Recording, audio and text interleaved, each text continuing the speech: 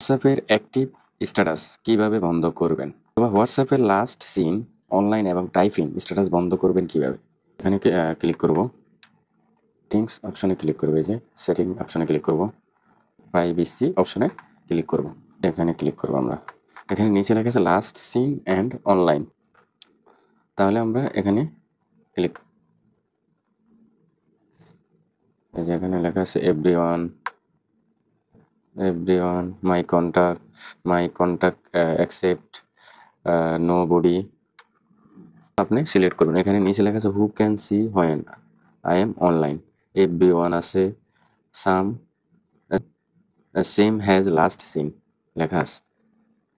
আপনি আপনার ইচ্ছা মতো আপনি এভরিওয়ান দিতে পারেন, মানে সকলে দেখতে পারবে। আবার আপনার মাই কন্টাক্টস, মানে আপনার কন্টাক্টে যারা সেভ করা আছে তারা দেখতে পারবো, শুধু তারা দেখতে পারবো, আউটলুকে দেখতে পারবো না নতুন করে যদি কেউ আপনাকে হোয়াটসঅ্যাপ নক করে।